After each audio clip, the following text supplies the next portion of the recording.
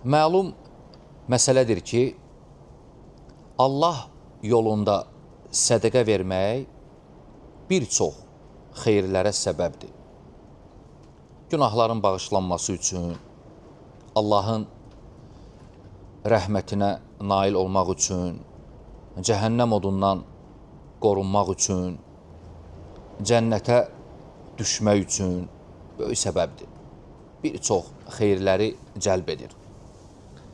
Xüsusən də xəlvətdə verilən sədəqə. Lakin İmam İbn Qeym rahimehullah özünün yazdığı Vabilus Sayb kitabında sədəqə ilə bağlı gözəl bir söz deyir. Görün nə deyir. Buyurur ki, Allah rəhmət eləsin. وَالْمُتَصَدِّقُ كُلَّمَا تَصَدَّقَ بِصَدَقَةٍ اِنْشَرَحَ بِهَا قَلْبُهُ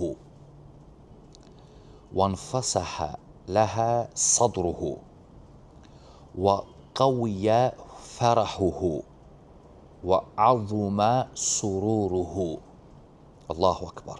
Sədəqə verən insan hər dəfə sədəqə verdikcə onun qəlbi genişlənər, sinəsi açılar, fərəhi güclənər, sevinci böyüyər. Bunu deyəndən sonra buyurur ki, əgər sədəqənin insana verdiyi tək fayda, xeyr, bu olsaydı, bəs edərdi ki, insan sədəqə verməyə can atsın, sədəqə verməyi çoxaltsın.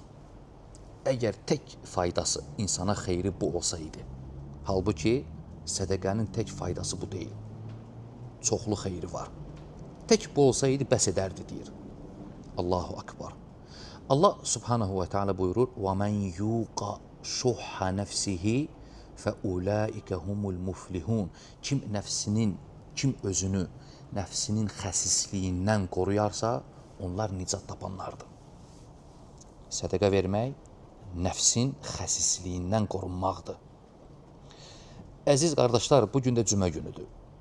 Cümə gününün sədəqəsi xüsusən önəmlidir. Kəb radiyallahu anhu sahabə deyir ki, cümə günü verilən sədəqənin savabı daha çoxdur. Allahu Akbar. Və İmam İbn Qeym rahimehullah buyurur ki, mən şeyximdən özüm şahid oldum, yəni İbn Teymiyyədən. Cümə günü hər dəfə evindən çıxıb məscidə gedəndə nəsə götürürdü özündən, çörək və s. ərzaq. Məscidə gedib çatana kimi yolda kim qarşısına çıxırdısa, hamısına sədəqə edirdi. Hər cümə günü.